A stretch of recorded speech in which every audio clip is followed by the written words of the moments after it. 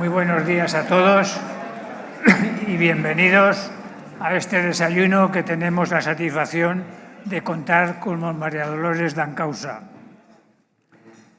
Es muy probable que a algunos les extrañe que sea yo el que presente a una brillante financiera como María Dolores Dancausa, sobre todo teniendo en cuenta que nuestras trayectorias profesionales son tan distintas, pero algo compartimos.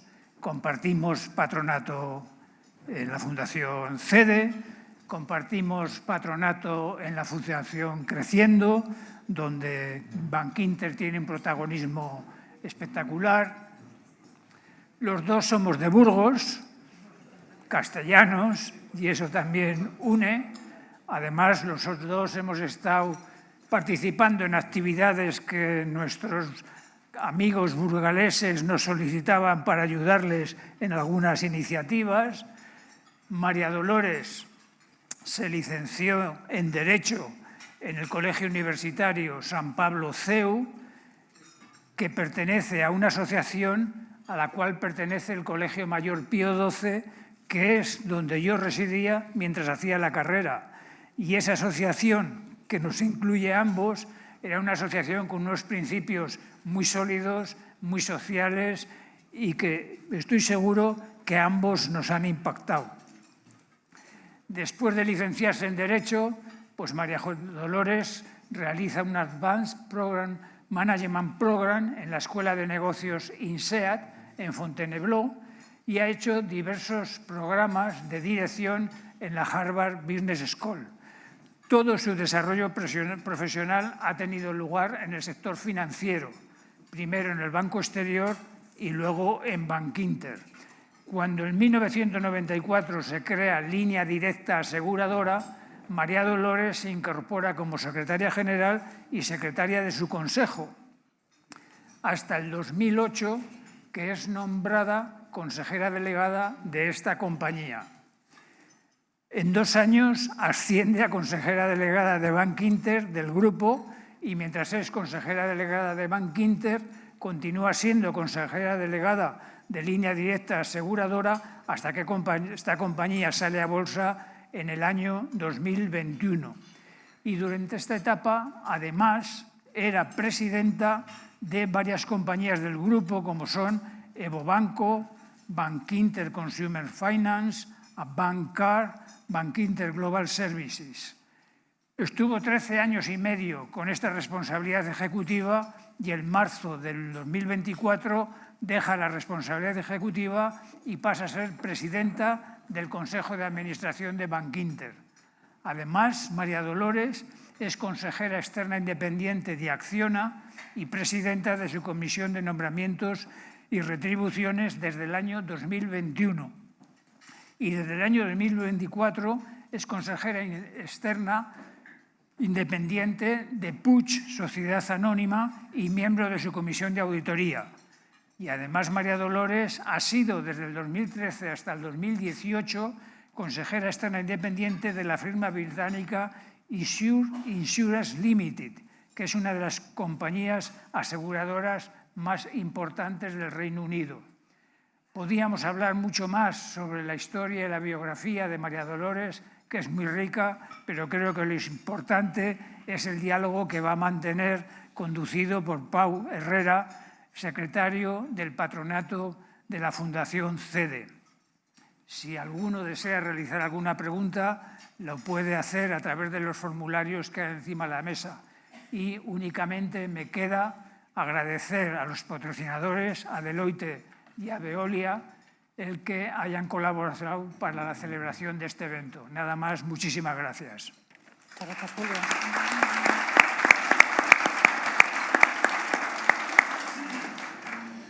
Muchas gracias, Julio. Gracias por acompañarnos. Gracias, María Dolores, por acompañarnos. No sé si habría que quitar el atril, ¿no? A lo mejor el atril, porque, ahora lo quitarán, sí. ahora nos quitarán el atril, sí. Y gracias a todos, gracias a los patrocinadores, gracias a Deloitte, gracias a Héctor Flores que nos acompaña. Nos acompañan varios patronos también de nuestro patronato y del Senado, como José Luis Bonet. Hoy y has tenido récord de asistencia en lo que es no solamente presencial, sino sabéis también que se retransmite por streaming a los directivos de la Fundación Conexión España, con lo cual hay más de 100 personas que estaban apuntadas esta mañana y me dicen que están entrando más gente por streaming, con lo cual, bueno, pues muchísimas gracias por acompañarnos y gracias por compartir en un tema sugerente que hemos escogido, que son reflexiones de una vida directiva, ¿no? 20 años liderando. Como comentaba Julio, empiezas hace más de 20 años en el sector financiero, eres una de las personas más destacadas del panorama bancario español. Inicias tu carrera en Bankinter, pero en el 95, hace 30 años, te incorporas a Línea Directa Aseguradora, ¿no? En un reto diferente. En todos los que tenemos una edad recordamos el teléfono de Línea Directa y rompes, fuisteis visionarios en aquel momento, ¿no? En romper lo que era el modelo de intermediación. ¿Cómo surgió esta idea? Muy bien, bueno, en primer lugar, muchas gracias, Pau, y muchas gracias, Cede, y sobre todo muchas gracias a todos ustedes por acompañarme. Bueno, los desayunos suelen ser a las 9, pero eso exige un madrugón, que es un aprecio que lo hayan hecho para estar aquí con nosotros, ¿no? Bueno, empezando por un poco lo que ha sido mi historia, que Julio ha contado bien. Yo no empecé trabajando en el sector financiero, empecé trabajando en el mundo del derecho. Vengo de una familia de abogados. Mi padre, mi abuelo, mis abuelos, la mitad de mis hermanos eran todos abogados y de alguna manera pues los temas como la justicia y el derecho eran habituales en mi casa y todos los hermanos lo vivíamos con pasión. Por lo tanto, yo me pasé 2 años empezando a trabajar en los juzgados de la Plaza de Castilla y ahí aprendí muchísimo porque bueno, aprendes la esencia del derecho, aprendes también lo que es la vida misma, ¿no? Porque en un juzgado lo que se ve es lo mejor y lo peor de la condición humana, ¿no? Y esa etapa fue muy interesante. Pronto surgió una oportunidad en el Banco Exterior de España, en la asesoría jurídica, y bueno, inmediatamente paso a Bankinter, ¿no? Yo siempre he dicho que he tenido la suerte de trabajar en empresas innovadoras, en empresas modernas, que a mí se me han dado desde el principio pues, unas oportunidades muy interesantes, ¿no? Empecé primero en Bankinter en la asesoría jurídica, llevaba todo el área procesal, y bueno, pues fue una época en la que era una joven abogado que llegas allí. Y la verdad es que Bankinter en aquella época era un banco ya muy moderno. Aquí hay alguna persona, Blanca Montero, que también éramos compañeras en aquella época y podrá corroborar lo que yo digo. Ya utilizamos la tecnología para actuar con nuestros clientes. Ahí pues participamos ambas, de hecho, en proyectos interesantes, pero realmente lo que aprendí en aquella época del banco fue la importancia del liderazgo, la importancia de la estrategia, la importancia de tener una dirección clara y firme para hacer que los demás te sigan, ¿no? Y entonces, precisamente por ser Bankinter, un banco muy innovador, pronto me encontré formando parte y ahí llego a Línea Directa, de una compañía de seguros, porque el Royal Bank of Scotland, que era un banco británico, más bien un banco escocés, estaba buscando un socio en España para poner en marcha un modelo de negocio que era montar una compañía de seguros generales, pero hasta entonces los seguros, claro, es que estamos hablando de la prehistoria, se contrataban a través de agentes, brokers y oficinas y nosotros decidimos hacerlo a través de voz y hilo telefónico, es decir, una compañía de seguros de teléfonos que vendiera fundamentalmente seguros del ramo del automóvil. Y bueno, iniciamos el proyecto, éramos 7 personas del banco, más los ingleses que por supuesto nos ayudaron muchísimo porque eran los que tenían el know-how. Y bueno, pues 7 personas con muchísima ilusión, con muchas ganas, creyendo mucho en el proyecto, un proyecto que realmente nadie creía nada en él, precisamente porque era un cambio radical de la manera como se hacían las cosas entonces, ¿no? Pero la verdad es que desde pronto vimos que aquello pitaba, ¿no? Y que tenía pinta de que los clientes estaban respondiendo. Entonces, bueno, yo siempre he dicho que participar en el nacimiento y desarrollo de una empresa desde su concepción hasta verla ocupar los puestos de responsabilidad que ahora Línea Directa ocupa, pues es algo muy excepcional, ¿no? En la vida de un directivo. Otra cosa es el mundo del empresario, ¿no? Pero yo siempre digo que tú entras a trabajar en un sitio, entras a trabajar en el departamento de marketing o de asesoría jurídica o, no sé, el negocio, etcétera. Pero claro, empezar desde el principio algo te genera un sentimiento de pertenencia que va mucho más allá de un trabajo, ¿no? Y si además desde esa oportunidad que tienes, pues también tienes otra oportunidad que es la de liderar la transformación de un sector que estaba anclado en unas estructuras claramente mejorables, pues claro, la oportunidad es mucho mayor también, porque verdaderamente nosotros, el modelo de negocio no solamente cambiaba los mecanismos de distribución, también hacíamos el uso de la tecnología porque podíamos cambiar los precios de los riesgos prácticamente a diario. Es que en esa época se cambiaba una vez al año, había las tarifas de los libros de los agentes, que algunos lo recordarán. Bueno, pues utilización de la publicidad, que por eso todo el mundo conoce el teléfono rojo con rueda, porque invertimos muchísimo dinero, pero por contra, pues no teníamos que pagar comisiones a los agentes, a los brokers. Bueno, ahí no teníamos muy buenos amigos, esa es la verdad, nos tenían una cierta manía, porque claro, pensaban que nos íbamos a llevar por delante su negocio, pero luego al final no ha sido así. O sea, cada uno ha encontrado su hueco y lo que yo sí que creo es que pues desde ese proyecto, pues eso, hemos transformado un sector que en este momento pues es muchísimo más innovador y moderno.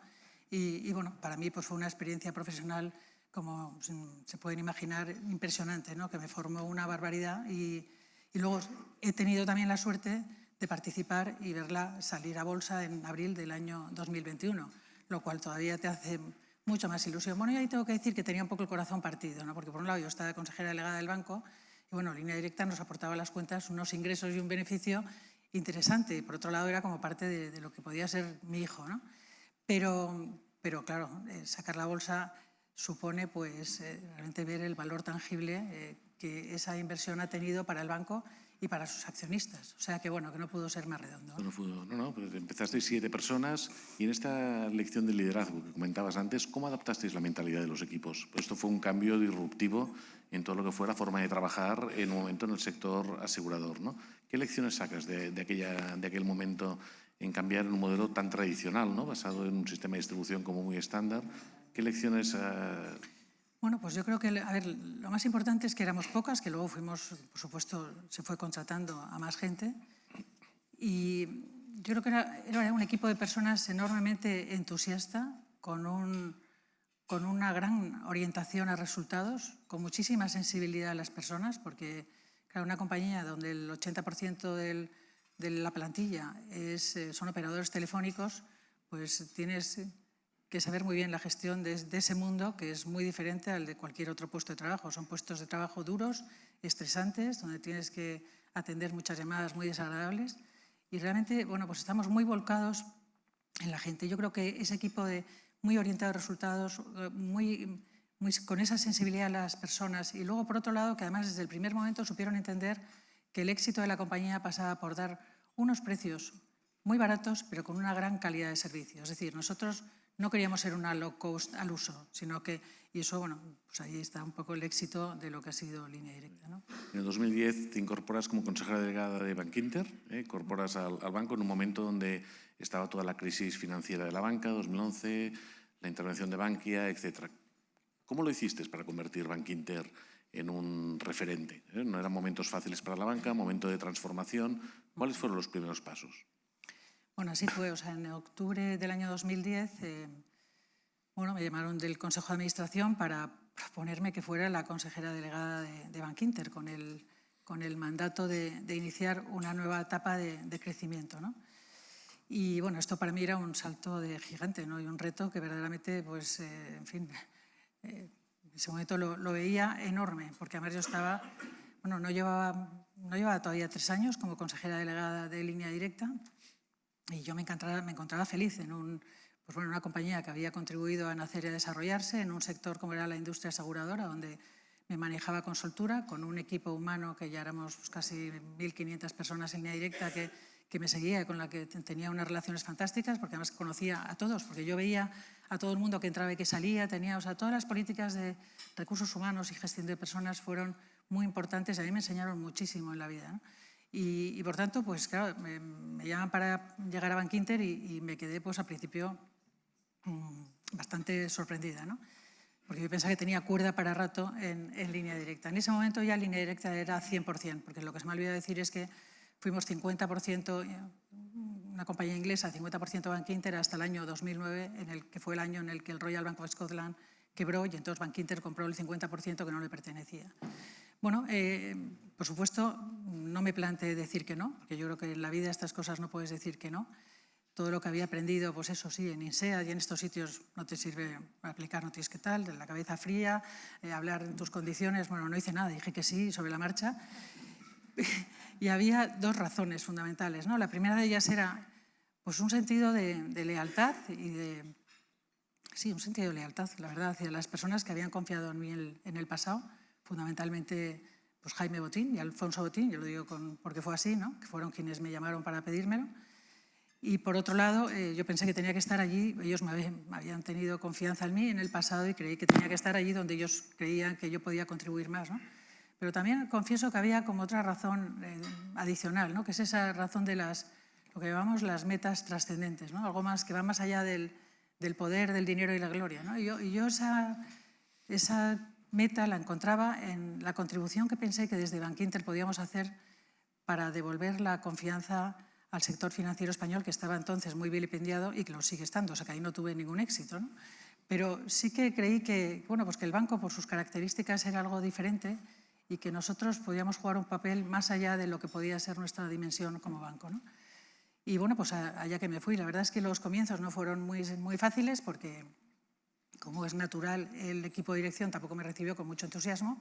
Salía una persona muy querida, muy válida, y en ese momento, y bueno, pues llegaba yo, que a mí me recordaban como de la filial, que además estaba como en seguros, ¿no? Que bueno, en el mundo de la banca lo de los seguros es como de segundo orden, que es una gran equivocación, porque el mundo asegurador es enormemente interesante. Y luego encima mujer, no por el sentido de mujer, que yo no soy muy feminista en estas cosas, pero la suma de las tres era, ¿pero qué hace esta mujer aquí de consejera delegada, ¿no? La verdad. Y bueno, pues yo creo que esos tiempos, hasta que, bueno, me gané la confianza de todos ellos, pues no fueron sencillos, ¿no? Pero yo creo que a mí me ayudó el afrontarlo con mucha valentía, con mucha energía. Una energía que te da cuando te dan una responsabilidad de ese calibre, ¿no? Entonces, bueno, lo primero que hice fue reunirles a todos y poner muy claro cuáles eran mis principios de operación. Yo ya no era la persona de la asesoría jurídica que habían dejado 13 años atrás, sino que, claro, mi formación ya no tenía nada que ver en ninguno de los sentidos, ¿no? Y luego, también por otro lado, pues tenía que hacer suyo a ese equipo, tenía que hacer suyas sus cuentas de resultados, tenía que hacer suyas sus ideas y sus iniciativas y, bueno, y contar con ellos, aunque luego, por supuesto, pues fui cambiando a lo que era mi equipo directivo, ¿no? Visión, la persona que te nombró, ¿no? Intuición, tú que lo aceptaste el reto y, como dice siempre, y no revelo ningún secreto, en el patronato de CEDE, nuestro presidente Isidro Fainé, pues tú eres una de las grandes referentes del sector bancario, ¿no? Llegas en este momento, como dices, te encuentras con un equipo que te recibe a la espera de que viene la de la filial, ¿no? ¿Cuáles son los primeros pasos que das? Bueno. ¿Cómo consigues en aquel momento Bankia, integración de cajas? Nos acordamos, era un momento convulso. Bueno, fue duro, sí. Fue duro porque... Fue muy duro. ¿Cuáles fueron los primeros pasos y qué lecciones sacamos? Por poner en contexto, como ya han pasado años, efectivamente, pues claro, llegas allí y te encuentras, bueno, pues era, yo creo que el peor momento por lo menos del siglo pasado, de la banca, de la economía y de los mercados, ¿no? En ese entorno, quiero recordar que el ratio de morosidad del sector estaba alrededor del 12%, ¿no? Y bueno, al poquito de llegar, pues ya me encontré que, o sea, la desaparición de bancos centenarios, la fusión de entidades que hasta entonces parecían solventes, bueno, todo el follón de las cajas de ahorros, asistía a planes de recapitalización, test de estrés, creación del Banco Central Europeo, regulación, más regulación, más regulación, en fin, todo esto que nos ha venido desde entonces, ¿no? Entonces, bueno, yo lo primero que me propuse, yo venía de una compañía en crecimiento y a mí lo que se me da bien es el crecimiento y además orgánico. Entonces, bueno, se me dio bien y tuve mucha suerte y mucho apoyo, cuidado. Pero entonces, bueno, pues decidí que el propósito inicial fue invertir la tendencia de los resultados, pues a través de ir ganando y más dinero volcada en una captación de negocios, sobre todo en aquellos segmentos de negocio y de clientes donde la propuesta de valor de Bankinter era más reconocida, que era el mundo de pues mesobanca privada, rentas medias altas, el mundo de empresas, porque nosotros hemos sido un banco industrial en nuestros orígenes, con lo cual todavía somos reconocidos por las empresas. Hice una reducción de costes absolutamente impresionante. Me acuerdo que me pasé los primeros años que los sindicatos los tenía todo el día en la puerta de Bankinter, dan causa, váyase. Y bueno, pero es que era lo que tocó hacer, precisamente por hacerlo al principio, porque es verdad que el banco decían que era un banco muy cabezón, en el sentido que los servicios centrales eran muy grandes y la red, sin embargo, era más pequeña. Y hubo que hacer una reducción, pero claro, yo la hice al principio de llegar, mucho antes de que la hicieran el resto de los bancos. Entonces, bueno, Luego, por supuesto, también tuve que cambiar la estructura de balance del banco, que estaba mucho más volcada en la financiación en los mercados mayoristas en favor de los recursos de clientes, ¿no? Y todos estos cambios que muy centrados en resultados, yo creo que el hecho de que no participáramos en la reestructuración bancaria que tuvo lugar hizo que nosotros estuviéramos muy centrados en lo que teníamos que hacer. El equipo claramente en un momento dado, más bien pronto que tarde, se dio cuenta que esa era la solución del banco. El banco tiene una característica muy importante, es que la gente está muy comprometida, no con las personas, sino con la propia esencia del banco. Es un banco de un primer accionista y todo eso se nota mucho, ¿no? Y las cosas salieron bien. Y la verdad es que yo creo que, que Bankinter fue la entidad más fortalecida de esa crisis, ¿no? Una historia de éxito, ¿no? O sea, yo creo que es un banco además que cuida muchísimo al cliente, los clientes están muy contentos. Y en esta política de recursos humanos que dices que tú seguiste muy de cerca en Línea Directa Aseguradora, ¿no? Desde que empezáis con los 7, en Bankinter también, ¿qué es lo que pides a tus equipos cuando se incorporan en un banco en transformación, en un banco en crecimiento, te incorporas a un proyecto nuevo? ¿Qué es lo que pides a los equipos al sumarse contigo a los proyectos? Yo tengo un estilo de dirección que siempre he sabido delegar. O sea, ahora la palabra humilde se le cae de la boca a todo el mundo, ¿no? Pero yo siempre he dicho que mi estilo de dirección es esa palabra humilde en el sentido de que de que parte del principio de que hay personas más preparadas y capacitadas que uno mismo y que el equipo es mucho más fuerte y capaz de lo que es la persona individual. Y por tanto, mi estilo de dirección siempre está basado en la delegación, y está basado en la delegación porque hay confianza. Y hay confianza porque, eso sí, la selección de los colaboradores la he hecho con muchísimo cuidado, ¿no? Y con unos criterios en los que la integridad, los conocimientos, las experiencias adquiridas y sobre todo la habilidad de jugar en equipo son características esenciales por las cuales los elijo, ¿no? Entonces, ese es el equipo del que yo siempre me he sabido rodear. Yo he delegado mucho, delego con esa confianza y lo que siempre pido a mis equipos que estén cerca de la gente, porque yo creo que la primera misión que tiene cualquier directivo realmente es gestionar a las personas que tiene con él. Y esto es lo más importante, ¿no?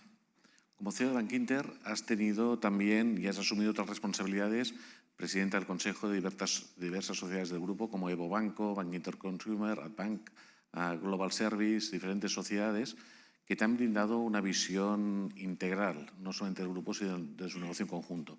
¿Qué aprendizajes has obtenido y te da esta experiencia, no solamente de liderar lo que es un banco, sino estas otras entidades participadas, la relación que tienes entre ellas? Tú venías de una filial, ¿no? Y como dices, te reciben como a la que venía de la filial. ¿Qué lecciones te das cuando tú pasas a estar también y a presidir a estas filiales, a estos grupos? ¿Qué lecciones? Sí, cuando me hicieron consejera delegada de Línea Directa, entonces efectivamente cambié un poco la estructura. O sea, las filiales del banco, como muchas otras entidades, pues son todas sociedades anónimas. Y entonces lo que yo no quería es que fueran sociedades instrumentales, sino que todas tienen sus propios mecanismos de control y sus respectivos consejos de administración. Entonces estos consejos de administración que yo presidía normalmente están constituidos por altos directivos del banco. El director general de riesgos, por ejemplo, está también en todas las filiales, porque es una figura básica independientemente del negocio que se trate, sea Consumo, sea Evo o sea la compañía en Irlanda. Y luego, aparte de los dominicales, siempre he metido a 1, 2, 3 consejeros externos, porque al final eso enriquece mucho los debates y la toma de decisiones, ¿no? Entonces, ¿qué es lo que da este modelo? Pues que te permite conocer mucho mejor el negocio, conocer las disciplinas asociadas a ese negocio en cuestión, si es consumo, si es lo que está pasando en Irlanda. Cuando tú tienes un consejo de más, estás ahí y lo haces, no lo hacíamos todos los meses, pero sí 6 al año de cada una de ellas, pues aparte de conocer mejor lo que pasa, también conoces mejor a la gente que está ahí, porque ya no se queda solamente en el director general, sino también en los que están debajo de él, con lo cual tienes un conocimiento mucho más amplio de todo el equipo directivo. Y los debates, como digo, son mucho más interesantes. El hecho de tener gente externa también te hace pues que te aporten sus conocimientos de otros países, porque además normalmente también pues hemos cogido gente de fuera de España para enriquecernos en conocimientos diferentes a los nuestros. Y en definitiva, yo creo que lo que te permite es conocer mejor a los clientes, el negocio, los procesos y las personas. Y esto es básico para luego no equivocarte, ¿no? Tras 13 años en Bankinter, como consejera delegada, en el 2024, te plantean ocupar la presidencia no ejecutiva de Bankinter, siguiendo los modelos de gobernanza que marca el Banco Central Europeo. ¿Qué lecciones sacamos? Vamos a un modelo diferente, ¿no? En lo que es el mapa financiero español y bancario, marcado, como decíamos antes, por el Banco Central Europeo. ¿Cómo ves este modelo de gobernanza y en qué marca tu día a día como directiva? Porque pasas de tener una responsabilidad sobre la cuenta de explotación y tus responsabilidades son otras en estos momentos. Explícanos un poco esta dualidad y cómo lo llevas. Sí, bueno, antes de eso decir que sí, efectivamente, vamos, después de casi 14 años he estado como consejera delegada del banco y de casi 3 en la misma función en línea directa, pues la verdad es que la primera pregunta que se hacían muchos, sobre todo las autoridades reguladoras nuestras, es si yo iba a contener mi vocación o mis hábitos de ordenar y de mandar. Yo no lo entendía, la verdad, pero debe ser que tengo fama de que mando mucho, que tampoco mando tanto, ya quisiera yo mandar más, la verdad. Pero bueno, el hecho es que después de casi un año, que ya va a cumplir un año, el año que viene, digo, dentro de un mes tenemos la Junta General y habrá transcurrido un año desde el cambio, la realidad es que yo creo que estas incertidumbres, si mando o no mando, ahora te hablo de tu pregunta, ¿no? Pero yo creo que se han disipado, ¿no? Por 2 razones fundamentalmente. Una, porque cuidamos muchísimo el proceso de preparación, de comunicación y de ejecución del cambio, de mío a presidente y la nueva consejera delegada. Y bueno, luego también porque cuando uno acepta una nueva responsabilidad, como es ser presidenta del banco, pues eso conlleva aceptarlas, o sea, tienes que dejar de hacer cosas, ¿no? Y bueno, eso es de sentido común, es lo que tiene que hacer. O sea, que nada más lejos de mi intención que tomar decisiones que no me corresponden o mirar hacia atrás con nostalgia, ¿no? Porque además, por otro lado, pues yo tengo una misión muy clara de lo que hay que hacer, ¿no?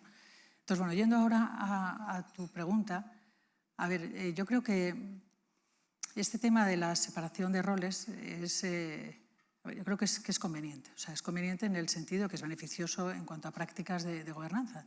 Pero, por otro lado, también hay empresas en las que esto no sucede y, sin embargo, funcionan también muy bien.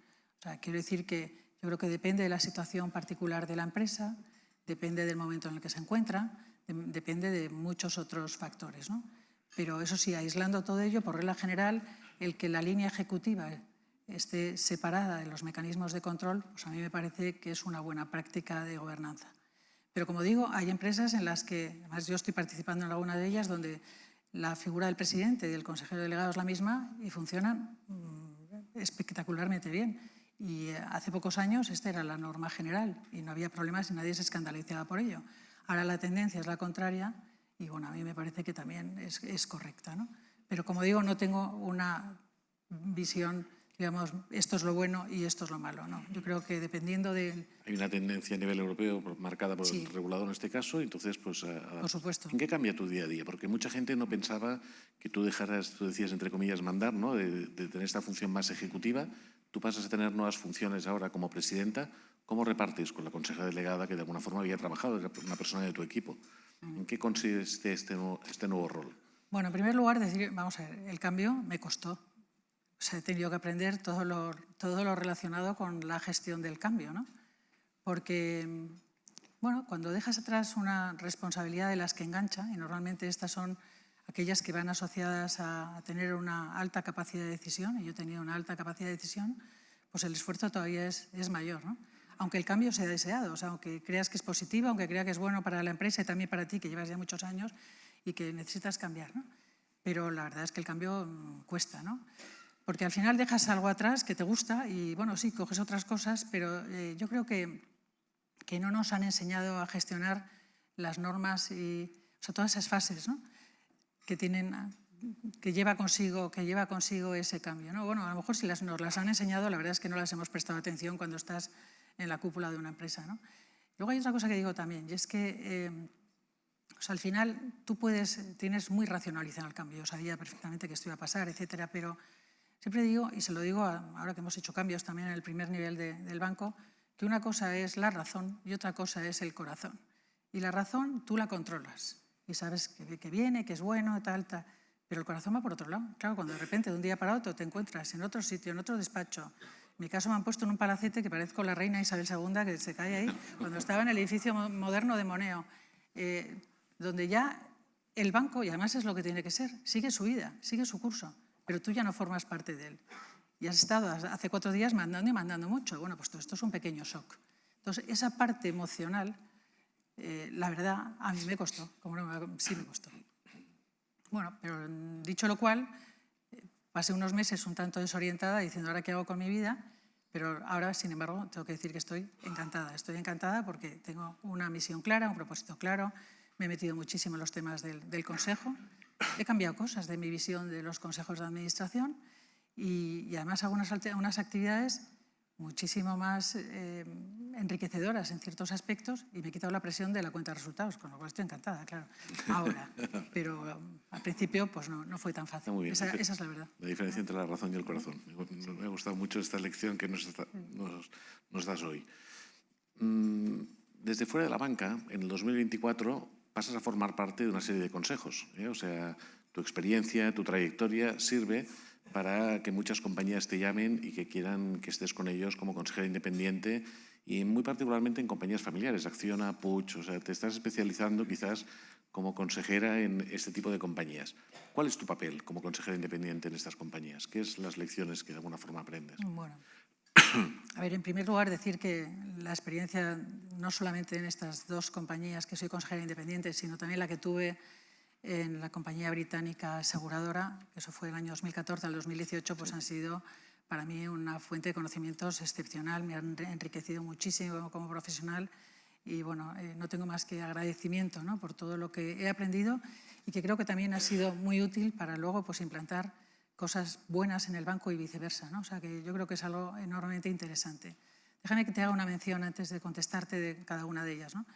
La compañía británica que se llama Isure, bueno, pues yo era un consejo en la que yo era la única española, los demás eran británicos y además me pilló la época del Brexit. Había unos debates ahí, se mataban entre ellos porque yo, claro, yo era la europea, con lo cual a mí no me contaban, pero ahí ya se empezó a ver, pues claro, yo aprendí mucho de gente en un mismo consejo, 12 que estaban con ideas absolutamente contrapuestas sobre si el Brexit iba a ser positivo o no para el Reino Unido, ¿no?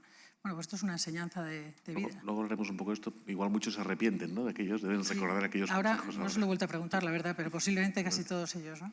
Y bueno, pues ahí aprendí un montón de lo que es la gestión de los riesgos aseguradores, cómo lo hacían ellos, que eran pioneros. Aprendí mucho de la relación con los reguladores, porque fue cuando se puso en marcha la Autoridad de Conducta Europea, no, británica, que aquello fue un lío, que ahora lo queremos copiar aquí en España con la Autoridad de Defensa del Cliente Financiero, porque como no aprendemos de los errores, vamos a hacer aquello que fue el lío padre, pero bueno.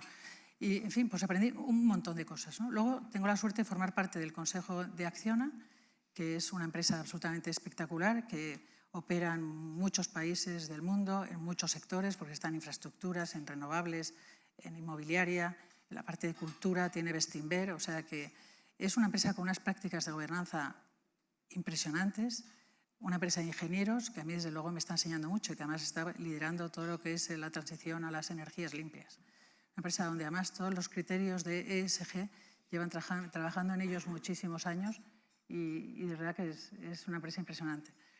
Y luego efectivamente estoy en Puig, que es la última incorporación española al mercado de valores, es una empresa centenaria. Aquí tengo que decir que la verdad es que es un lujo, me vais a perdonar, para las mujeres el meterte un poco en el mundo del glamour y todo esto de lujo y tal, porque es la bomba, claro. Y eso sí, pero es un negocio mucho más complejo y mucho más profundo de lo que uno puede imaginar a primera vista.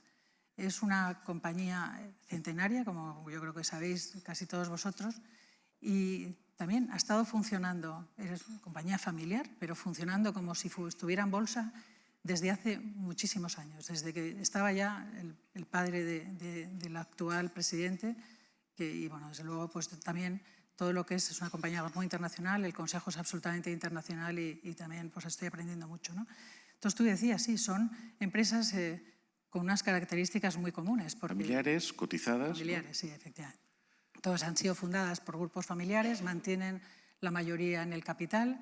Las tres están muy volcadas, estoy hablando de Puig, Acciona y Bankinter, ¿no? O sea, quiero decir, no de la británica. Todas ellas pues, se mantienen con el foco en la creación de valor en el largo plazo, manteniendo la independencia y tienen una visión muy clara de lo que quieren conseguir en el futuro. O sea, que eso les da pues, unas peculiaridades diferentes y yo creo que un valor de marca enorme, ¿no? Y bueno, vamos a ver, yo siempre he dicho, y eso lo decía con respecto a Bankinter, pero ahora que estoy en las otras dos también lo veo, porque siempre en el banco, y además yo creo que lo he dicho en muchas conferencias, que uno de los secretos del éxito de Bankinter tiene mucho que ver con esa cita de la España agrícola, cuando no existía ni el tractor ni la mecanización, o sea, que decían que el ojo del amo engorda al caballo, ¿no? Porque mantener un accionista de referencia supone un rigor en la rendición de cuentas que va mucho más allá de lo habitual. Y, por supuesto, las cuentas se rinden con rigor ante los accionistas, en la Junta General. Pero yo siempre digo que, igual que el ojo del amo pues, daba resultados y no tenía poderes nutritivos, la verdad, pues yo creo que no es lo mismo rendir cuentas a grupos desconocidos que rendir cuentas a personas de carne y hueso que están ahí, que además están presentes en la estrategia de la empresa. Yo creo que ese es un valor enorme, ¿no? Enorme. Y es verdad que las empresas familiares no siempre están bien vistas en la literatura empresarial. Desde luego, por los reguladores no les gusta mucho en el caso de los bancos, ¿no? Pero me parece que en esto están erróneos porque son empresas todo lo contrario, con una estabilidad enorme, con esa visión de largo plazo que impide a los gestores el hacer tonterías siempre, ¿no?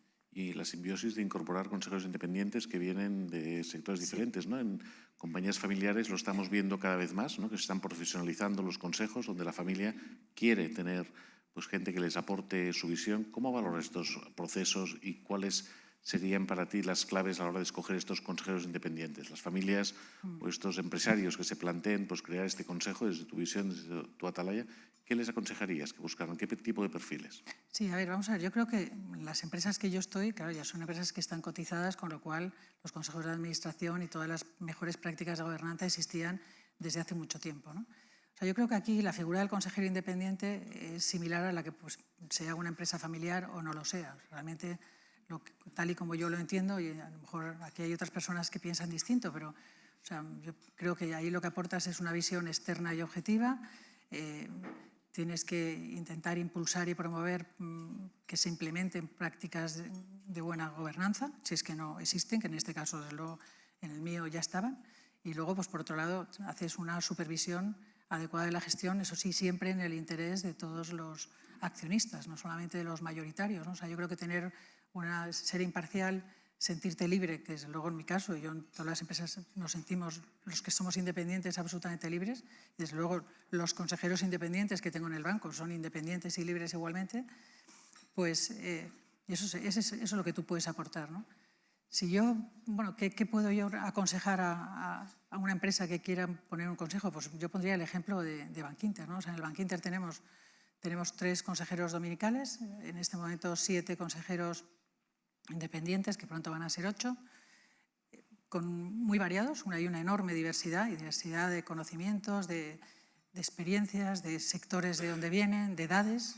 Tenemos gente más joven, gente más mayor, por supuesto de género, o sea que, y bueno, todos ellos pues lo que hacen es enriquecer los debates, enriquecer la toma de decisiones y poco más, ¿no? O sea, yo creo que el Consejo de Administración, bueno, en esto, a ver, como siempre soy bastante sincera, pero es verdad que cuando eres consejero delegado, o al menos yo, bueno, tú lo que quieres es que te dejen tranquila y que te dejen hacer y que te molesten lo menos posible, tú y tu equipo, ¿no? Y el consejo lo ves, al principio sobre todo, luego yo fui cambiando absolutamente, pero sí que lo ves no como una molestia, ni mucho menos, porque es gente muy valiosa, pero en mi caso, hablo de mi caso particular, es cierto que al principio no lo valoraba tanto, porque, bueno, pues porque yo soy muy ejecutiva, me gusta el día a día, etcétera, hasta que empiezas a ver el valor que te aportan en todos los sentidos, claro. Y ahora, como ya desde hace mucho tiempo, yo me he apoyado muchísimo en los consejeros. Es cierto que he tenido la suerte de contar con los consejeros en el banco, pues, desde un Jaime III, que es una autoridad en el mundo de riesgos, que nos ha ayudado, pero muchísimo, pues a implementar el RARORAC, a ir por delante. Yo creo que es parte del ratio de morosidad tan bajo que tiene Bankinter, pues viene de estas enseñanzas que hemos recibido de una persona como Jaime o de otros consejeros que también nos han aportado, ¿no? O sea, que luego aprendes a introducir en tu vida también esos asesores externos que tienes que verdaderamente te ayudan una barbaridad a hacer las cosas mejor, ¿no? Y bueno, eso es lo que pretendo que suceda en el resto de empresas donde estoy. Has citado antes el tema del consejo en la compañía inglesa. Tú has estado en Inglaterra, tienes una visión como directiva de Estados Unidos, Francia, has estado en varias posiciones. En CEDE hemos impulsado la Fundación Conexión España, que en el patronato hemos hablado muchas veces, conjuntamente con la Cámara de Comercio de España, que preside José Luis Bonet, con el Foro de Marcas Renombradas y con el ICEX. Y un poco la visión de la Fundación Conexión España es lo que CEDE ha hecho con directivos a nivel nacional, que agrupa 37 entidades y representa a 160.000 directivos, dar esta cobertura a estos directivos españoles que están en el exterior. En estos momentos ya son más de 1.500, muchos de ellos nos siguen por streaming y en los cuales vamos a poner el foco mes a mes con diferentes actividades. ¿Cómo ves, cómo se ve al directivo español desde tu visión, desde fuera? Esto se lo preguntábamos a César Alierta en un congreso que hicimos en el 2015 en La Coruña y tuvo una respuesta muy divertida que dijo él tenía una visión, ¿no?, muy particular también de los directivos y dice que nos valorábamos poco, ¿no?, que estábamos mucho mejor valorados de lo que nos creíamos nosotros, ¿no?, y que nos eran muy respetados sobre todo por nuestra capacidad de improvisación. ¿Cómo lo ves tú, el valor del directivo? Coincido plenamente. Yo creo que el directivo español está altamente valorado en el entorno internacional, ¿no?, por su capacidad de adaptación, por su, iba a decir, pero facilidad y creatividad, más que facilidad, creatividad para resolver problemas y también por su visión estratégica en entornos cambiantes, ¿no? Yo creo que en España contamos con directivos y con líderes que tienen una enorme capacidad de gestión en mercados complejos, que además son muy flexibles y que además son muy abiertos a la innovación, ¿no? Y luego, por otro lado, los conocimientos adquiridos en España en sectores como la banca, la tecnología, las infraestructuras, las energías, etcétera, pues han creado líderes que en este momento están siendo muy cotizados en muchas empresas multinacionales, ¿no? Y esto cada vez se ve más, ¿no? Creo también que los directivos españoles tienen un factor con ellos que no tienen los nórdicos, como que somos personas más cercanas, lo cual significa que la gestión de los equipos multiculturales se nos da mejor, que eso es lo que se le puede dar a un noruego, a la gente del norte de Europa, incluso los británicos, que son muy suyos. Y ahora, en estos momentos que otra vez el tema de la inteligencia emocional ha adquirido mucha importancia, pues yo creo que es otro valor, ¿no? O sea, que a mí me parece que los directivos españoles, lo que pasa es que también todavía hay temas que tenemos que mejorar, ¿no? Que deberíamos mejorar, sí. Claro, uno de ellos pues es yo creo que lo que llamaría la internacionalización temprana, ¿no? O sea, los españoles todavía nos cuesta salir fuera porque hay una creencia que posiblemente sea verdad que en España se vive como en ningún lado y eso es cierto, ¿no? Entonces, bueno, pues, hombre, cada vez más jóvenes salen, pero si salen van 2 años, pero enseguida están pensando en volver, o sea, ahí nos cuesta, ¿no? Yo creo que el nivel de comunicación también hay que mejorarlo, o sea, el inglés todavía, bueno, por supuesto se avanza muchísimo, pero aún así nos llevan ventajas gentes de otros países. Y luego te diría que la capacidad de proyectar liderazgo global. Somos muy de hacer cosas, pero no de sentirnos líderes. Ahí hay una especie como de sentimiento de inferioridad, ¿no?, que se nota, ¿no? Pero vamos, y por eso estaba pensando también que deberíamos de tener mayor presencia en las decisiones estratégicas globales, ¿no?, que eso también falta, ¿no? Pero bueno, no, quería terminar diciendo que programas como el que estáis haciendo en CEDE de Conexión España yo creo que son muy necesarios para seguir impulsando el talento y al directivo español, porque yo creo que las empresas españolas, yo soy una enorme defensora, creo que lo mejor que a mí me ha enseñado Bankinter es el haberme movido por todos los lugares de España y ver esas empresas impresionantes que tenemos, pero no las grandes, no Inditex, no Ferrovial, que por supuestísimo son maravillosas, sino empresas medianas, pequeñas, de gente que exporta, que sin saber casi inglés, que se ha ido a China, en fin, hay por todos los lados, en todos los lugares de España. Entonces yo creo que el empresariado español es buenísimo y que bueno, eso se traslada en el directivo, ¿no? Pasemos de la inteligencia emocional a la inteligencia artificial, un tema que es recurrente y que se habla en todos los foros de directivos. ¿Cómo crees que va a afectar al sector bancario y a la función del directivo a la hora de gestionar? Hablamos mucho, hay muchas pruebas, muchas iniciativas que se están trabajando. ¿Cuál es tu visión? Bueno, está claro que la inteligencia artificial y la digitalización va a cambiar profundamente, está cambiando ya todos los sectores y desde luego el sector financiero, ¿no? Pero sin embargo es difícil pronosticar cómo va a ser el futuro de los servicios financieros. O sea, lo que sí que estoy convencida es que la banca pues, sigue adaptando, pero vamos, a una velocidad enorme a todos esos cambios que se están produciendo, no solamente en el negocio bancario, sino también en los hábitos de consumo y de pago de las personas, ¿no? Porque, como digo, la sociedad está cambiando un montón, ¿no? Sin embargo, y desde luego también lo que es el modelo tradicional de oficina bancaria está evolucionando, pero te preguntan siempre, ¿no? ¿Van a desaparecer las oficinas bancarias? Yo la verdad es que en el corto plazo no lo veo, ¿no? Lo que sí que veo es que se están redefiniendo. Todos los bancos ya las estamos redefiniendo. O sea, y esto pasa pues, porque en este momento las oficinas pues, están mucho más volcadas en el asesoramiento financiero, en la resolución de problemas, en la atención personalizada, porque todavía hay clientes que la tecnología les pilla de lejos, pero claro, todo lo que es la parte de la operativa transaccional, esa ya se hace de forma absolutamente digital, ¿no? Pero yo creo que, vamos a ver, la inteligencia artificial es una oportunidad, vamos, maravillosa. Y no hay que tenerle miedo. Lo que pasa es que, bueno, se le tiene miedo porque dices, bueno, ¿esto cómo va a cambiar? Claro que va a tener unas consecuencias enormes, pues como todos los grandes cambios que se han producido, ¿no?, a lo largo de los años, pero esto es lo que es la evolución, ¿no? Y yo en el banco animo muchísimo a que sigamos. Nosotros lo estamos viendo ya, una mayor eficiencia en todos los procesos. O sea, ¿dónde estamos trabajando ahora? Pues eso, en digitalización de todos los procesos, que nos hace ser mucho más eficientes, en el mundo de la inteligencia artificial y del blockchain, porque eso está transformando la manera que nos relacionamos con nuestros clientes, todo el mundo de lo que es el open banking, la colaboración con fintechs, en fin, esto se abre, es un mundo increíble, ¿no? Increíble que nos tendremos... al que hay que apuntarse sin duda. Hay que apuntarse. Del tema este de apuntarse, tú eres madre de 3 hijos. ¿Qué le aconsejas a la gente joven? Hoy nos acompaña Tomás Güell, que lidera la plataforma Lideremos, de gente joven, que un poco con la idea de transformar, incorporar al mundo directivo. ¿Qué les aconsejas a la gente joven que se incorpora al mundo profesional a la hora de formarse, de la visión? ¿Qué pautas les das? Bueno, te diría que puedo dar consejos a jóvenes, no sé si sirven, a mis hijos nada, porque basta que yo diga una cosa para que piensen la contraria.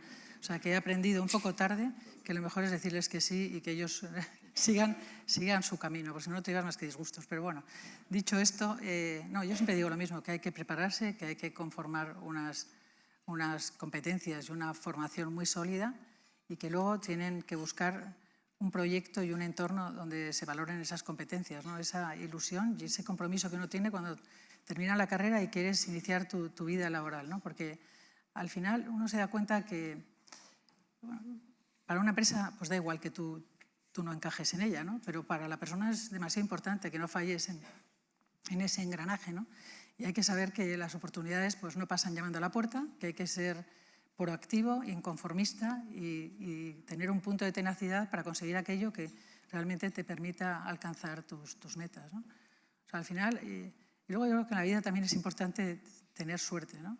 Yo siempre digo que hay que tener suerte, o sea, que se te tienen que presentar oportunidades y saber aprovecharlas. En mi caso, si mis méritos han sido mi dedicación al trabajo, la energía y pasión que pongo en las cosas que hago, la verdad es que también he tenido la suerte de saber ver las oportunidades que se me han presentado. Pues no, posiblemente seguiría de abogado en los juzgados, bueno, a lo mejor estaría ahora, pues bueno, no voy a decir barbaridades relacionadas con la justicia, pero vamos, que dicho lo cual, que supe ver esas oportunidades, ¿no? Y por eso siempre digo que la mejor definición de suerte es aquella que dice que es cuando preparación y oportunidades se juntan, ¿no?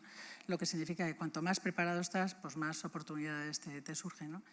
Y luego yo a los jóvenes también les digo que hay otras cosas igualmente importantes. Una de ellas es ejercitarse en las artes escénicas, porque al final en la vida te das cuenta, tanto en la vida profesional como en la personal, que lo llamemos como lo llamemos, pero al final siempre estamos vendiendo algo. Y a mí me parece que ahí el mundo anglosajón nos lleva mucha ventaja, o sea, su capacidad de hablar en público, su capacidad de debatir, de marcar los ritmos, las pausas, eso es algo absolutamente envidiable, ¿no? Por eso creo que, bueno, pues ejercitarse en el mundo de las ventas y de la comunicación es enormemente útil. Creo también que en este país se han menospreciado las artes y los oficios y, sin embargo, son un complemento fantástico a cualquier educación.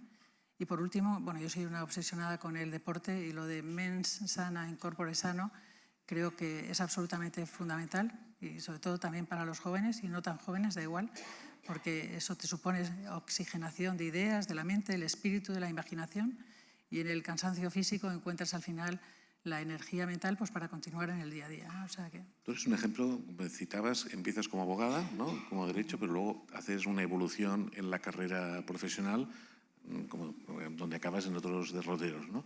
Muchos jóvenes les preocupa cuando se incorporan qué es lo que van a estudiar y que eso no marque su carrera. ¿qué les dirías? ¿Qué lecciones les dirías de cómo se han de ir transformando, qué han de hacer, se han de preocupar por lo que empiezan? ¿Es una base? ¿Qué lecciones les darías a nivel? Dices, cuando alguien empieza... Cuando empieza, tiene que escoger la carrera. Muchos jóvenes, y tú estudiaste Derecho y luego te has ido formando en diferentes escuelas de negocios, en otro, para ir adaptando tu carrera profesional en base a tus conocimientos. ¿Qué les aconsejarías a los jóvenes a nivel? Bueno, es que yo creo que al final hay muy pocos jóvenes que cuando empiezan la carrera sepan a qué se quieren dedicar luego, ¿no? Salvo excepciones que tienen una vocación clara, lo normal es que eliges pues, en función de criterios más o menos serios, ¿no? Desde esto creo que es que te gusta más o es que mis amigos van a esta carrera, etc. La ventaja, entre comillas, que teníamos antes es que las carreras entre las que podías escoger eran muy pocas, ¿no? Ahora, como tienen tantas, pues es buenísimo, pero por otro lado están todavía más despistados, esa es la verdad. Eso es lo que yo vivo, por lo menos, ¿no? Entonces, claro, saber qué quieres hacer pues es difícil en general. Y yo creo que hay que empezar y bueno, se va haciendo camino al andar, porque la vida te sorprende siempre, ¿no? Yo nunca pensé ni tenía intención de trabajar desde luego en banca, lo último que pensaba, ¿no? Pero y mira dónde he acabado. O sea que, bueno, pues vas, yo creo que lo importante en una empresa es que esa empresa sea una empresa donde haya un entorno positivo, donde se te permita aprender. Yo creo que los jóvenes ahora lo que demandan sobre todo es aprender, que se les dedique tiempo y que puedan crecer profesionalmente. Yo creo que eso es fundamental. Una empresa, eso, donde te den oportunidades, donde se valoren tus capacidades, porque claro, los jóvenes de hoy están enormemente preparados y entonces tienen un grado de exigencia mucho mayor del que teníamos por lo menos cuando yo empecé. Son mucho más demandantes, pero por otro lado también entregan mucho más, ¿no? Y yo creo que es fundamental para las empresas el procurar que encuentren ese entorno de aprendizaje, de formación continua, porque por otro lado, bueno, yo siempre digo que el atributo más valioso para cualquier organización del siglo XXI es el atributo de la capacidad de disposición y de reacción ante los cambios, ¿no? Y buscamos profesionales y directivos que estén abiertos al cambio, etcétera, pero eso en contrapartida requiere que les demos formación continua. Tú no puedes pedirles que cambien y que se reciclen si no les estás ayudando a ello, ¿no? Entonces a mí me parece que la inversión en formación que tenemos que dar en las empresas tiene que ser importante, que tiene que haber posibilidades de promoción y bueno, y luego ya pues dependiendo de cada una. Pero creo que para que un profesional, la gente joven además exige cercanía entre la plantilla y el equipo directivo, o sea, hay una serie de requerimientos que son importantes, ¿no? Tenemos varias preguntas de la gente que nos escucha, que lleva un rato escuchándote y dice, ¿y la conciliación familiar? ¿Cómo has conseguido tener 3 hijos, avanzar con toda la carrera que has tenido? ¿Qué claves les podrías dar? ¿Qué lecciones o consejos? Bueno, lecciones ninguna, todo lo contrario. Si yo ahora fuera consejera delegada, luego vendría la directora de comunicación a reñirme, porque yo siempre digo que concilio fatal, claro. Pero bueno, ahora como ya no soy consejera delegada, digo lo que quiero. A ver, la conciliación, pues muy mal, porque cuando uno tiene un marido, como siempre le pongo el último, esta vez le pongo el primero, porque siempre dice que le pongo el final de todo. 3 hijos, unos padres o una madre a que dedicarse y una responsabilidad que te exige mucho tiempo, pues es que no tienes tiempo para dedicarle a cada cosa, con lo cual yo siempre digo que en la vida vas sorteando momentos, pasando por periodos mejores o peores. Hay periodos en los que claramente tu empresa te exige el 120, otras veces te exige el 80 y bueno, todo eso hay que saberlo gestionar. Pero yo conciliado no he sido ni muchísimo menos un buen ejemplo, ¿no? Porque creo que es complicado el serlo. Pero bueno, también por otro lado, pues yo creo que mis hijos han visto un ejemplo de trabajo, de esfuerzo y también hay valores que les transmites, ¿no? Pero bueno, yo creo que estas preguntas no se las hacéis a los hombres y nos las hacéis a las mujeres, que es horrible porque todas tenemos además ahí un sentido de culpabilidad de, caray, no le hemos dedicado el tiempo que teníamos, ¿no? No, pero es algo así. La hacemos, yo el programa de conciliación lo tienen los hombres y las mujeres, ¿no? Al final es el tiempo de calidad que le dedicas cuando estás con tu familia, ¿no? No es más tiempo, sino el estar y poder seguir. Pero estoy de acuerdo. No, yo no estoy de acuerdo en el tema de la calidad. Eso es lo que nos hemos dicho siempre, pero no es cierto. Yo creo que a los hijos hay que dedicarles tiempo.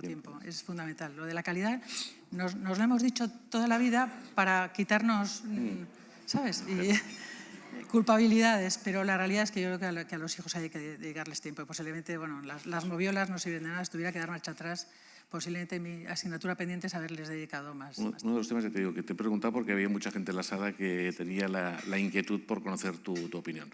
Mucha gente quiere conocer también de Bankinter. Es un banco muy centrado en lo que es en el ámbito nacional. A nivel internacional, pues ha estado participado, cotiza. ¿Cómo ves la expansión internacional? ¿Es un banco que va a mantener Península Ibérica? ¿Va a crecer el exterior? Bueno, nosotros actualmente operamos en 4 países de la Unión Europea. Estamos en España, estamos en Portugal, estamos en Irlanda y en Luxemburgo. Hasta el año 2012 éramos un banco doméstico y además presumíamos de ello. Montamos un banco en Luxemburgo en el año 2012, en el año 2016 compramos a Barclays el negocio minorista en Portugal y luego en Irlanda tenemos una compañía de consumo que la estamos convirtiendo en un banco, ¿no? Porque queremos captar depósitos y queremos hacer también más actividades más allá del consumo. La verdad es que nos va francamente bien. Pero yo siempre digo que hay que tener mucho cuidado con el tema de las expansiones. Nosotros siempre hemos hecho hemos crecido de forma orgánica en España, fuera no, pero siempre en operaciones muy medidas, proporcionales al tamaño que tenemos. En países, además, que, claro, donde los bancos grandes, miro a Isabel, como el Banco Santander, pues Portugal es un banco pequeño, Irlanda es como la Comunidad de Madrid, o sea que posiblemente están menos interesados en ir, pero sin embargo nosotros ahí estamos cogiendo una cuota de mercado de casi el 10% en el mundo del consumo, de las hipotecas, o sea, y nos está yendo fenomenal. Y queremos seguir en la zona euro, o sea que no nos planteamos otros continentes de momento, y menos en estos momentos, ¿no? En la línea de directivos y en la visión que tú tienes no solamente desde Bankinter con la experiencia internacional, sino en las compañías donde estás tú de consejero independiente, ¿cómo se ven los expatriados y qué planes de reinserción de vuelta después tienen? ¿Cómo cuidáis esto? ¿Cómo crees que se debería cuidar? Te preguntan. Sí, esta no es una pregunta fácil, vamos, no, más que la pregunta es clara, es la respuesta, porque es verdad que el tema de los expatriados, sobre todo el problema de la vuelta de los expatriados no es sencilla, ¿no? Y yo creo que esto pasa pues porque cuando se vayan ya sepan sus condiciones de vuelta, ¿no?